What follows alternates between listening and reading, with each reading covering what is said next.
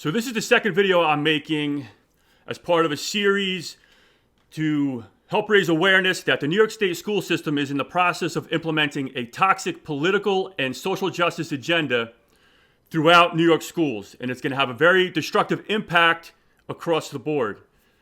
So if you haven't seen my first video yet, I suggest you stop here and watch that first. It's only about 8 minutes long, and it will give you a general idea of what my concern is and how I plan on presenting information to help raise awareness of what's going on. For those of you who saw my first video, I appreciate your patience in the past few days while I prepared this video. I want to get this out as soon as possible so I could start backing up what I'm saying. I also can imagine the spectrum of response to what I'm saying, from this guy is batshit crazy, to he's some kind of bigot, to he doesn't know what the hell he's talking about, to, you know what, things don't seem right, but I'm not really sure what it is. I can't put my finger on it. Maybe what this guy is saying is either a part of that or is contributing to that. To, I think this guy is on to something, and I'm going to give him a chance to explain what he thinks it is. And I also imagine there's some people out there who understand that, you know, I know what I'm talking about. I care about education. I care about all students. And I'm trying to raise awareness about something that is going to be really destructive to all of that. And, you know, and hopefully some of you are glad that, you know, some more people are starting to speak out about this.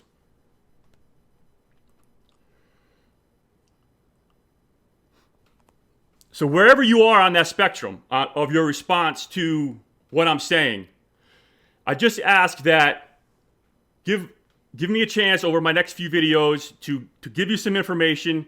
And if you start to move towards you thinking I'm crazy, then check out and good luck.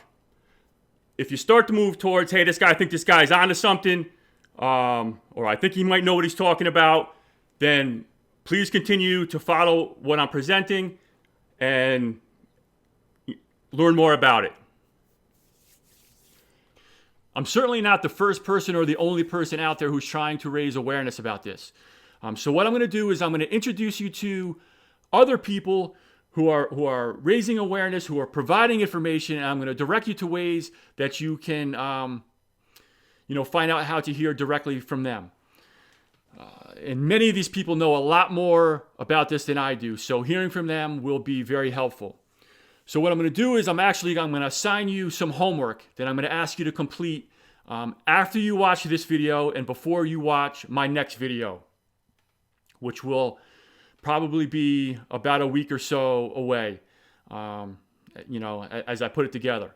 So this will be good. It'll give you some more information to look at and to start learning about it. I'm going to ask you to watch 2 videos on YouTube. And let me show you what they are. I'm going to put the links to these videos in the description below. But this is the first one here. This is a podcast by Reusch. He's a teacher who is trying to raise awareness about this. And fortunately for him and fortunately for us, he's in a position where he can speak out about this without fearing the backlash and the repercussions that he might face in his job. That might sound weird, but as you learn more about this, you'll see why it's so difficult for teachers to try to speak out against this, or to try to raise awareness about it even. In this podcast here, in this episode, he's interviewing James Lindsay, who is an expert in this social justice theory. He can explain exactly what it is and exactly how it's being implemented into schools and into other organizations.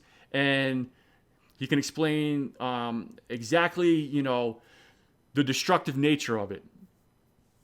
So watch this video first. Either go to YouTube and, search, what you see here, and it'll pop up. Or like I said, I'm going to put the link to in the description below. The second video I'm going to ask you to watch is this video here by Michael O'Fallon. That's this gentleman over here. He's interviewing James Lindsay again. You'll hear from him again, as well as his colleague Peter Boghossian, who is also an expert in this social justice theory and in what's going on.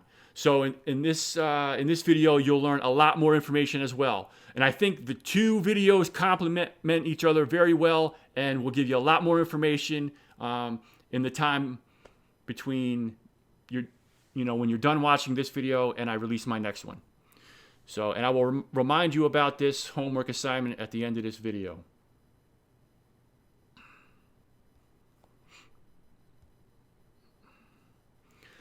Okay, so let's start reviewing some of the terms and concepts that you're going to need to know so that you can better understand what I'm saying and what these other people are saying as well. So the first thing that you need to understand is that there is a completely different worldview that is kind of coming into society and taking over society. And when I say worldview, I'm not talking about, everyone kind of has everybody's got their own worldview or their own kind of perspective on things. That's all natural and that's all normal. I'm talking about at a kind of like at a big picture level, an overarching worldview that kind of society operates under, and there's this new worldview that's coming in and changing kind of the old overarching worldview that we operated under. So if things in the world that you see or that are happening, isn't making sense to you, a lot of things that are happening, it's because you're operating under this old overarching worldview. As soon as you start to understand the new worldview that's coming in and that has been growing roots for decades, but is really now starting to, come out into society, as soon as you start to understand that, the pieces will start to fit together. And you'll start to understand what's going on. So, that's the first thing and the most important thing that you need to understand. There is a completely different overarching worldview over how society, operates, let's say, that is coming into play, that unless you understand it, you're not going to have any idea what's going on. So, I'll talk more about this, a little bit later on in this video, but I wanted to bring it up right off the bat because that is the first and the most important thing that you need to understand. So, let's get into some of the terms and concepts here. So the first one I want to talk about is group identity. Group identity is basically the foundation of what a lot of these other terms and concepts is built upon. And it's the idea that people are primarily looked at as members of groups based on their race, based on their gender, or their sexual orientation, or some other characteristic. So it's, like I said, it's a grouping of people into categories based on whatever particular characteristic that the folks that wanted to group you into decide. The key here is that you're primarily seen as a member of a group, not as an individual. Now, once people are categorized into groups, those groups are then categorized into groups who are seen as oppressors, or people that are seen, or groups that are seen to have been oppressed, or groups that have privilege, or groups that seem to have little or no privilege.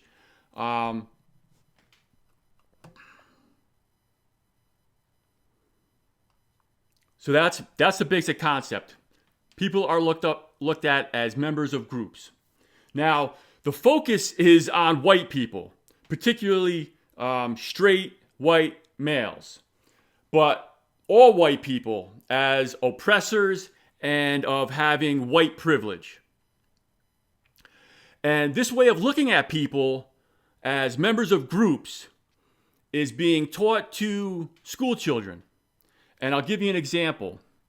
This is a video of a lesson that a teacher is given to her class. And so I found that this is on YouTube, but this is a common lesson that is given through school children all over the place. You take a look at it and see what you think. I'll just let you know that I'm blocking out the faces of the students because it's not clear to me that they understood that, what was going to be done with this video. I don't know if they knew that it was going to be posted on YouTube. So I'm going to block out the students' faces on the video that I'm presenting. I will provide the link to it in the description so you can go directly to it on YouTube and see it directly from there if you want. So take a look at this video, see what you think, and I'll meet you afterwards.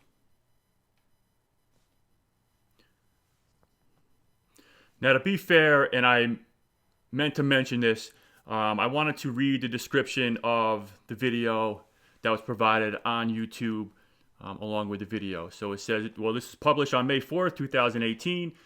Students just began reading To Kill a Mockingbird, and in previous lessons discussed Jim Crow, Brown versus Board of Education, and issues of justice. In this lesson, students discover the hidden privilege.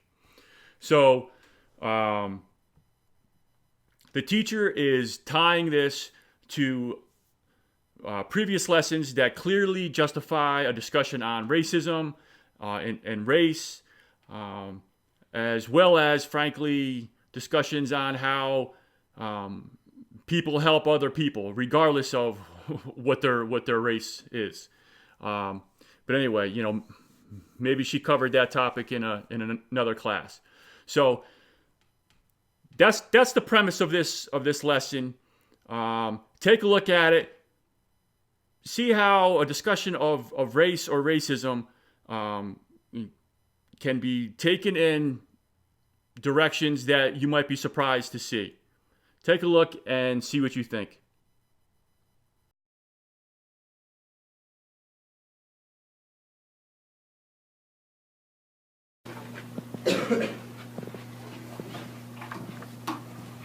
All right.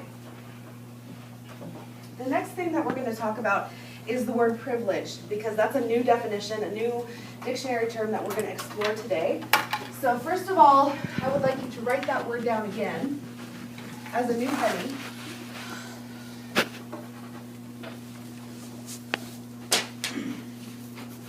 First, let's really brainstorm quickly what that word means to you already, what you already know about privilege.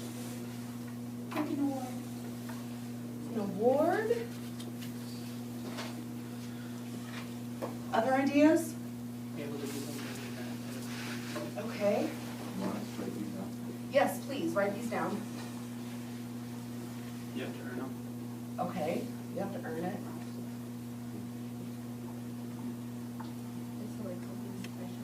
Okay.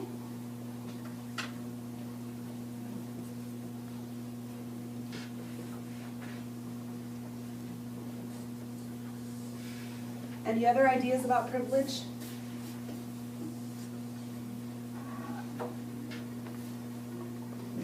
Okay. So, what if I was to say the word white privilege?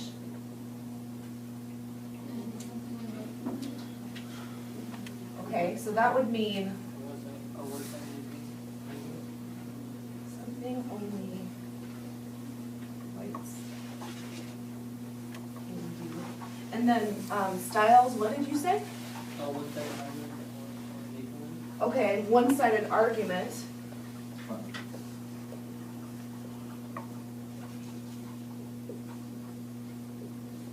Only they can win, and I'm assuming you mean by they, you're talking about white people? Yeah. Okay, so when you talk about white privilege, we understand what privilege means. Being able to do something other people can't do, that you have to earn the privilege, that it's special. And when I tell you something about white privilege, we've had some talk about how it's one-sided. So that feels to me, when I hear that, it sounds like it's not fair. Is that accurate? Do you agree with me when I say that if you get privileges because you're white, it's not fair? Or do you think it's fair, or do you think you don't know? It's not fair. I heard someone say they don't know. It's injustice. It's injustice. And so there's already a connection right there, because we talked about justice at the beginning, and if this is an unjust practice, then that is definitely related to what we're talking about.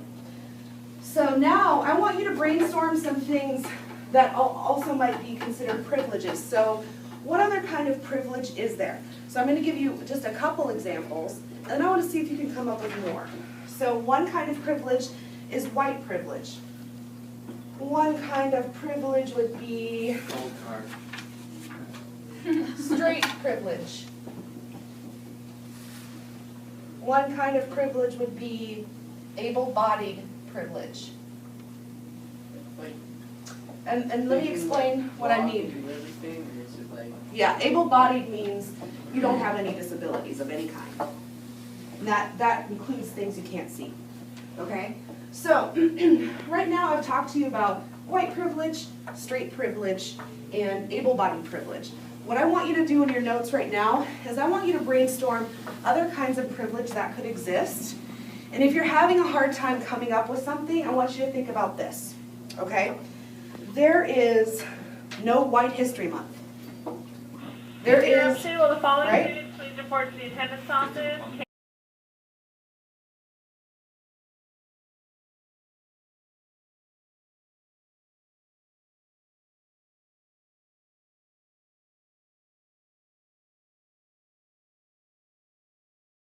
Only those students please report to the attendance office. so we don't have White History Month, and we don't have Straight People Appreciation Day. So I want you to think of other privileged groups that don't need special days to recognize them because they've already got power. So I want you to think if you can come up with any other kinds of groups that have power. So we come up with white, straight, and able-bodied. I want you to think if you can think of anything else. well, that means since they have a Black History Month, they wouldn't have black privilege, right? Correct. Because you need a special month for that privilege, right? Do they have a day one?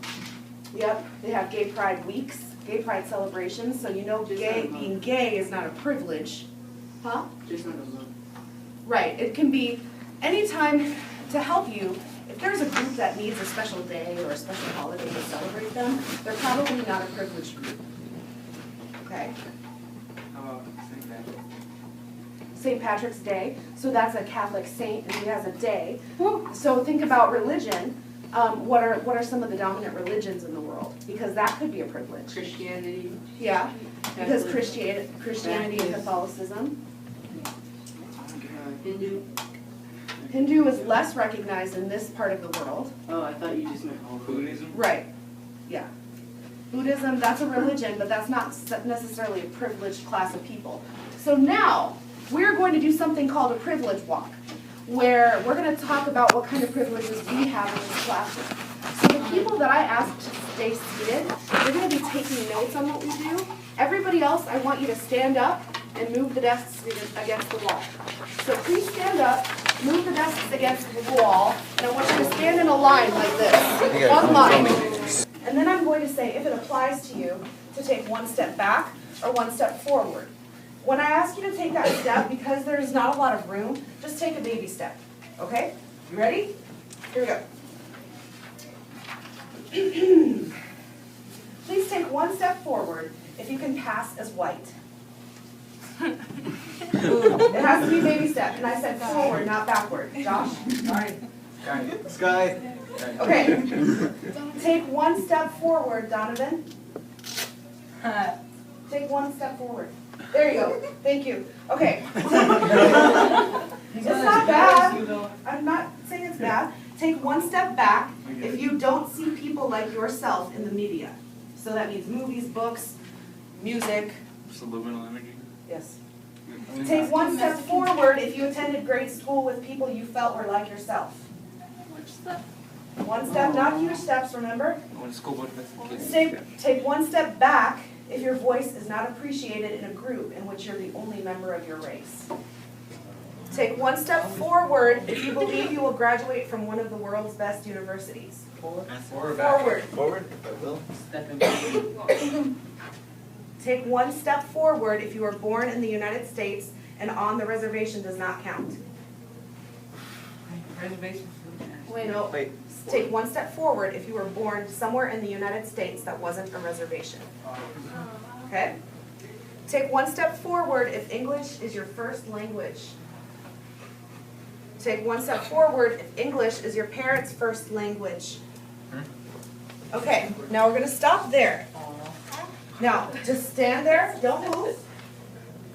I would like everybody on this side turn around but stay exactly where you are. So turn around. No. Turn around. Okay. There you go. Okay, so I want you to look at the way that we're arranged in this room right now. Okay? Look at the way you're arranged in the room right now. Just look at where people are. I'm going to tell you something. If you're towards this side of the room, you've had more privilege in your life.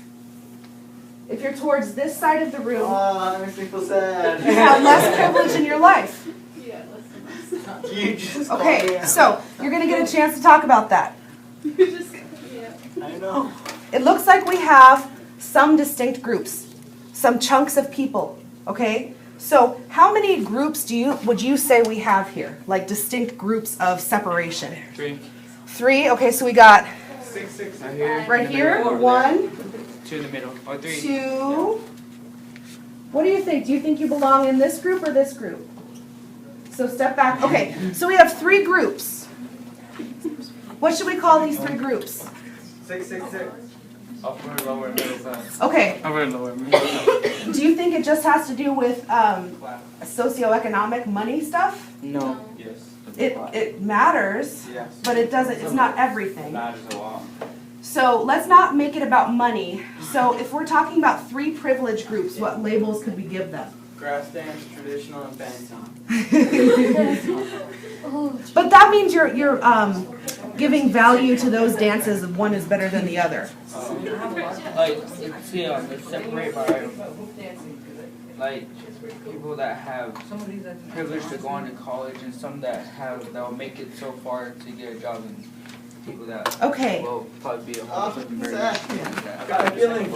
Okay, I have a proposal. You tell me if you think it's an appropriate label. What if we say high privilege, privilege, No low privilege. privilege? Low privilege, because you don't know what kind of privileges you might have. So Not that high many. privilege, privilege, and low privilege. Does that sound appropriate? Yes. Is there anybody who doesn't agree with those labels? I agree, because I'm putting notes. Okay, so I want you to remember something before you go back to your desks. If you're in this group, what group are you? High privilege. High privilege. This group?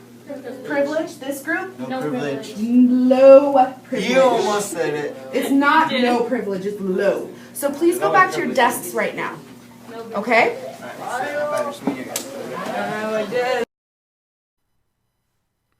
So there's 2 things I'd like to mention about this video.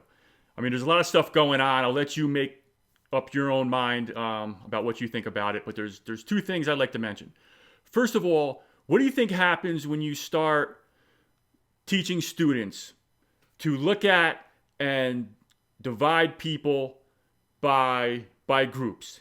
And then, and to actually do it and physically do it in a classroom setting. And then point to people and say that they are privileged or high privileged, and this group over here is low privileged, or, a particular group is looked at as oppressors and another particular group is looked at as being oppressed. I just ask you to think about that. The other thing I want to mention is you might think that, this might just be some rogue teacher who, conducted this lesson in her classroom, and it's not really that, something that's that widespread. I'd like you to look at the title of the video. It's called, when the video actually plays, right in the beginning, it says Privilege Walk, and then it mentions the name of the high school. I'd ask you to go on YouTube and to just search the words Privilege Walk and watch how many videos come up of schools all over the country that do this Privilege Walk lesson. Not only are they doing it with students, but faculty members are doing this during, faculty training. So this is a widespread lesson that is being taught to students throughout the country.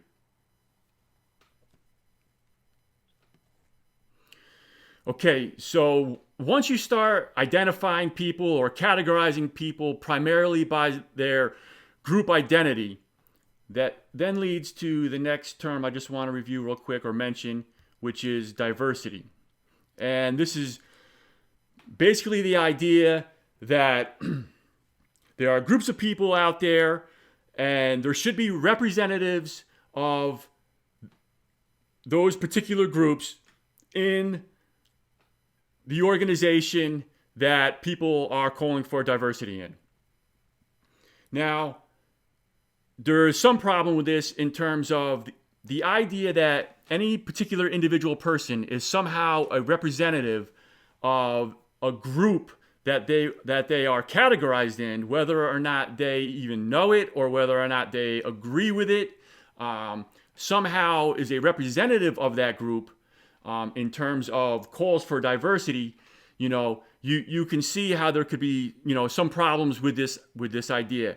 On top of that, the definition of diversity is expanding, and it's continually expanding, and it has to. There's no way around it, so we'll talk about that a little bit more in a little while.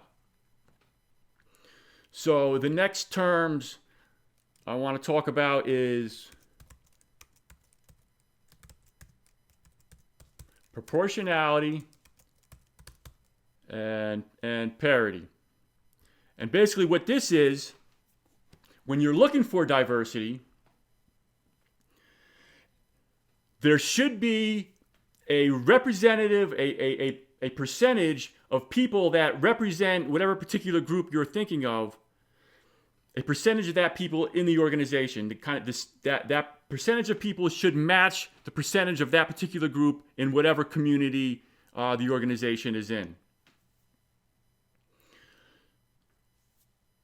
And if there is a disparity in the proportionality of that group, then that is looked at, or that is evidence of some type of systemic discrimination.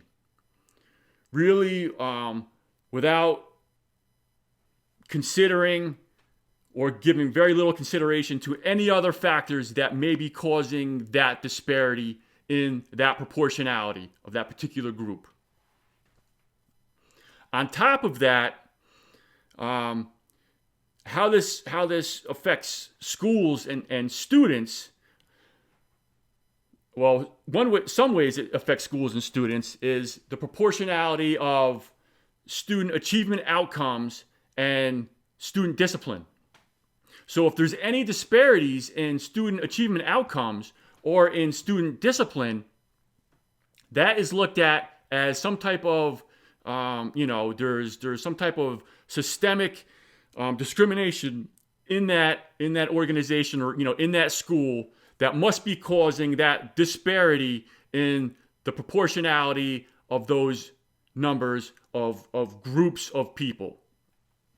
And this is a contributing factor in grade inflation and in student behavior becoming out of control, because teachers and administrators are very reluctant, to put it mildly, to hold students accountable to the point where it may show some disparity in in student achievement outcomes or in student discipline, because if that happens, they will be looked at as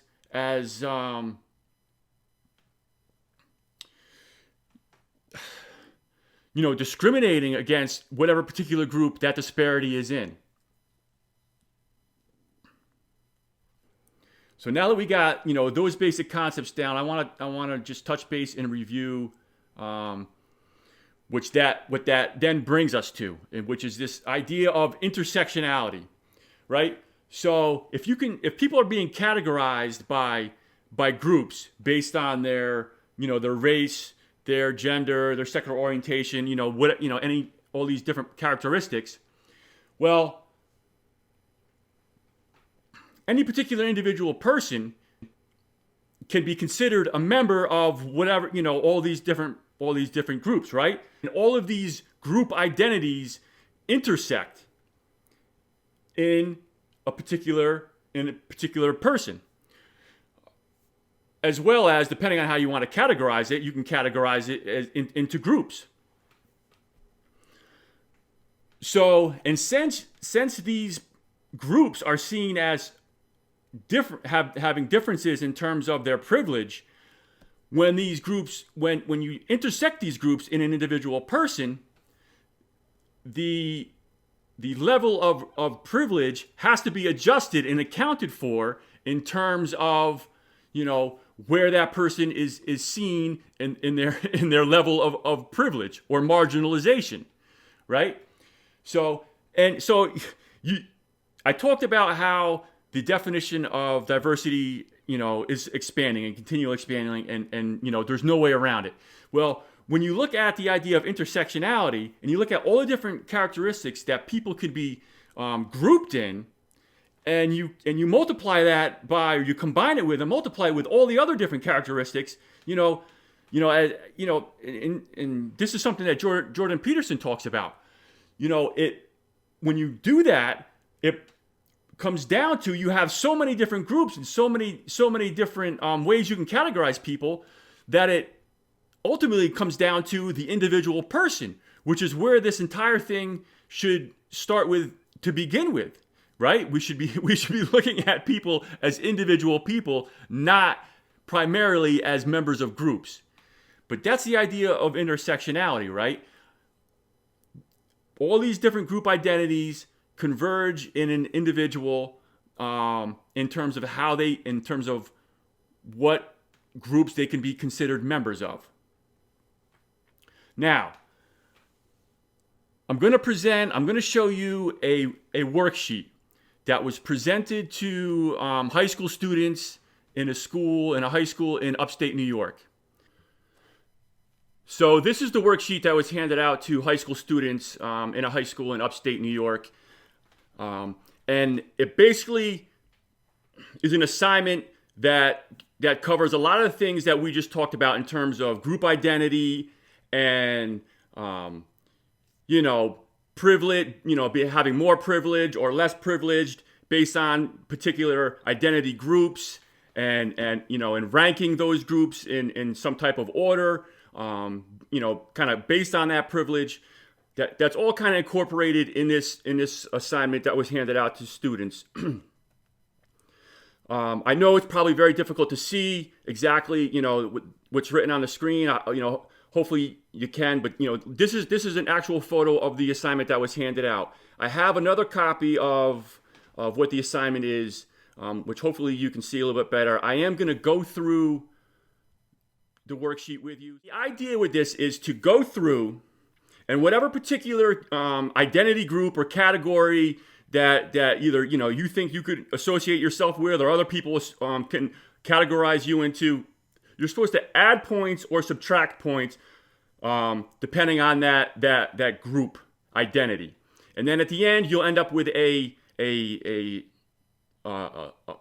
score, which in this worksheet, they're calling a pretty much a privilege score, and how you rank against other people, or other groups of people. So the first category here is race. If you're white, add 25 points. If you are Asian, add 10 points. If you're Latino, subtract 50 points. If you're black, subtract 100 points. If you're other, subtract 100 points. Country, what country are you from? If you're from Europe, and this says top, and I'm assuming, that whoever created this worksheet is talking about, the top status countries in Europe, according to whoever made the worksheet. Norway, Netherlands, Sweden, add 25. If you're from the United States, add 20. If you're from Europe, countries, not the top, not the worst, like the United Kingdom, Germany, according to whoever made this worksheet, right? Add 15 points. If you're from Japan or Australia, add 15 points. If you're from China, the urban sections of China, add 10 points. If you're from Europe, but let's say according to this worksheet, the low status countries, France, Spain, Italy, don't add or subtract anything. If you're from Europe, but the shit status countries in Europe, apparently according to whoever made this worksheet, Greece, Ukraine, Poland, subtract 20. Now, there's something I want to point out. There's two things on this worksheet that were not on the worksheet that was handed out to students, and I just want to point that out, right? So the title, how privileged are you, up here, that was not on, and also the word shit was blacked out on the worksheet that was handed out to students. Okay, so I just want to point that out and make that clear.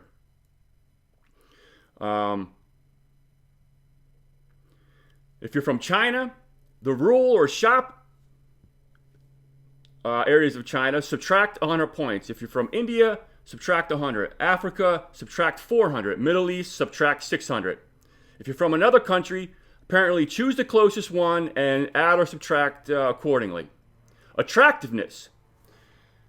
If you are a 9 plus out of 10, add 20 points. If you have an attractive face, add 10 points. If you're overweight, subtract 10. If you have an ugly face, subtract 20. If you're disfigured, subtract 40. Orientation, up top here. Let me pop over here. Sex, if you're male, add 25. Female, subtract 50. If you're intersex, subtract 75. Now, orientation. Sexual orientation. If you're straight, add 20. Bisexual, add 10. Asexual, don't add or subtract anything. If you're gay, subtract 150 points. Religion. If you're Jewish, add 25. Christian, add 5. If you're not religious, don't add or subtract anything. Unless you're in the United States, subtract 20. If you're Hindu, subtract 20. If you're Buddhist, subtract 20. If you're Sikh, subtract 30. If you're Muslim, subtract 50. Disability, and all that apply. Add or subtract, all that apply. If you're able-bodied, add 25. If you have social autism, subtract 20. If you're immobile, subtract 30. If you have a disease, subtract 50. If you're deaf, subtract 50. If you're retarded, subtract 200. If you're blind, subtract 750. Size. If you're tall, add 10. If you're normal, don't add or subtract anything. If you're short, subtract 10. Gender. If you're cisgender, add 20. If you're trans, passable, add 10. If you're genderqueer, subtract 100. If you're transgender, subtract 500. So, I mean, you get the idea what's going on here, right? That there's all these different categories or, group identities, and you have to add or subtract points based on the particular group identity. Now, I'm going to come down kind of towards the bottom here. It says, if you're doing this, if you're doing this assignment on a Friday or Saturday night, and, notice the spelling here, add a negative 15. Now, once, you got all your numbers, add them up. Add up all your numbers. If you can't add, subtract 30 points. Now, when you get to the very bottom here, there's a scale, right? There's kind of a sliding scale. This is the middle. Anything kind of less here is less than 0 points, and anything on the right side is positive points. So we have anything from 0 to minus 100. You're not privileged. If you have minus 100 or less, you are very disprivileged. if you have, 0 to 100 points on the positive side, you are above average. If you have 50 to 100 points on the positive side, you have privilege. If you have 100 or more points on the positive side, check it daily, meaning check your privilege daily. Right? So you can see how outrageous and ridiculous this worksheet is. And I'll tell you, so I don't know exactly where this worksheet came from, but from what I understand, it's been kind of floating around the internet for a number of years. I have to imagine that somebody posted this on the internet to point out some of the ridiculous ways these ideas are being presented and applied in society.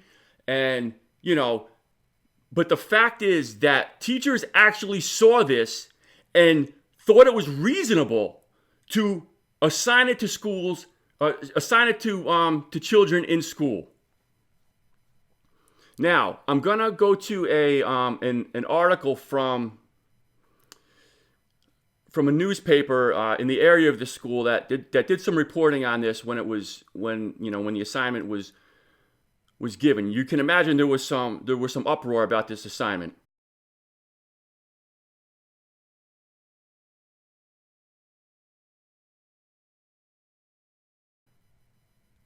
And I'm just going to read through this article, and you're going to see some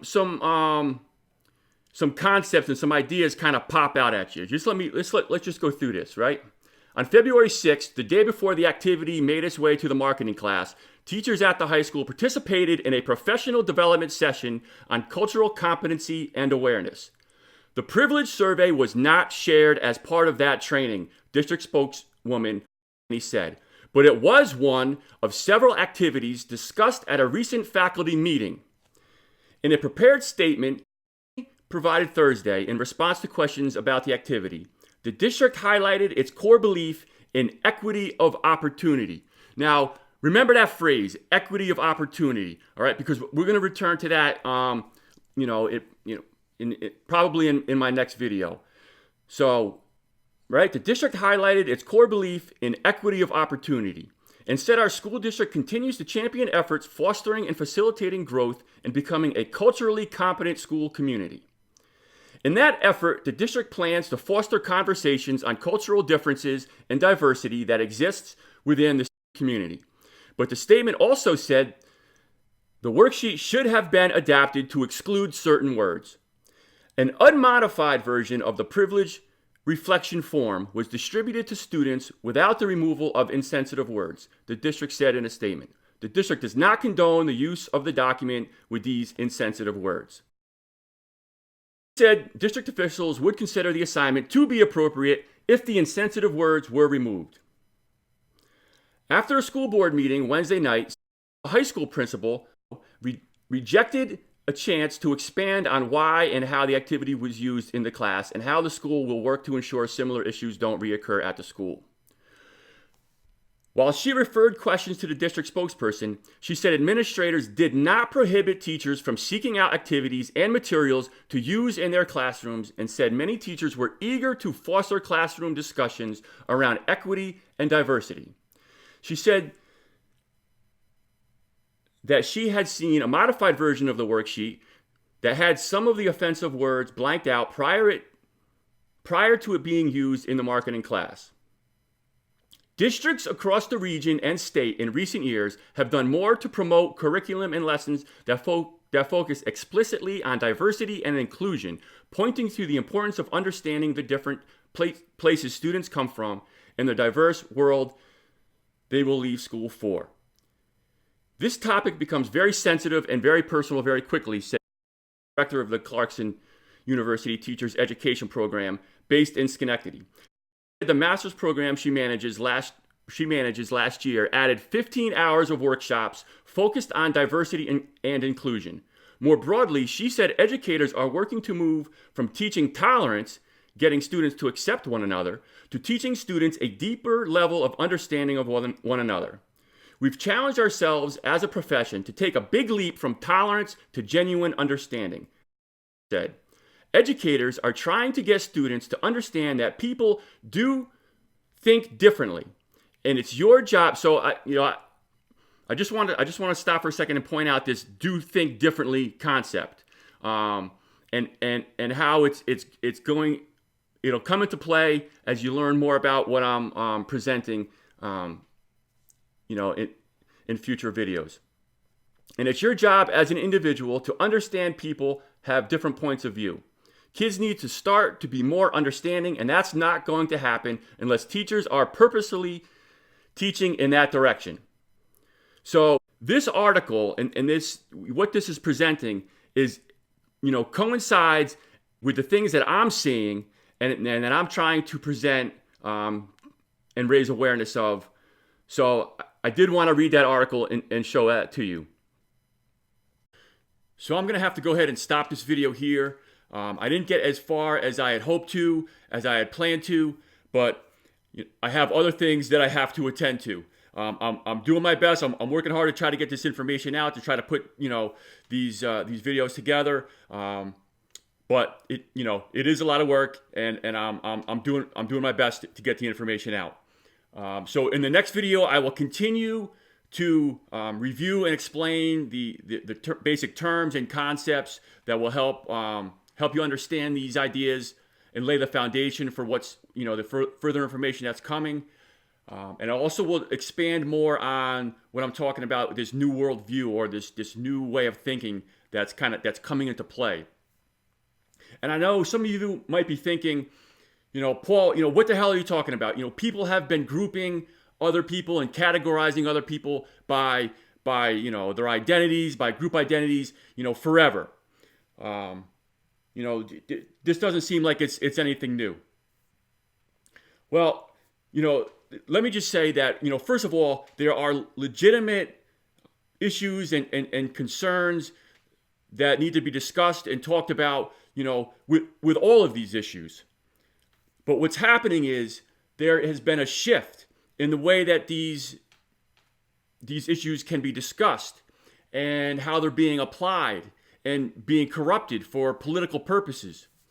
So, it basically, it revolves around this new way of thinking, this new worldview. So I will explain that further in the next video. So I told you there's a lot of information. We've barely scratched the surface. So, do your homework. If you don't remember what it is, go back to the beginning of this video and just take a quick look, of what I explained. I'm asking you to do. To watch 2 videos on YouTube. One's about 1 hour and 17 minutes. The other one's about 1 hour and 35 minutes. And it's interviews with experts in this social justice theory, what it is, and how it's coming into organizations and how it's being applied. Also, while you're on YouTube, search the words "privilege walk," and you'll see a bunch of different videos come up. Take a look at a few of them and see what you think. There's various different ways that this lesson or exercise is being facilitated. Some teachers ask different questions, but it's basically the same idea. Take a look at that and see what you think. If you want to share information with me about this issue, you can reach me at contactpaulgaletta@gmail.com.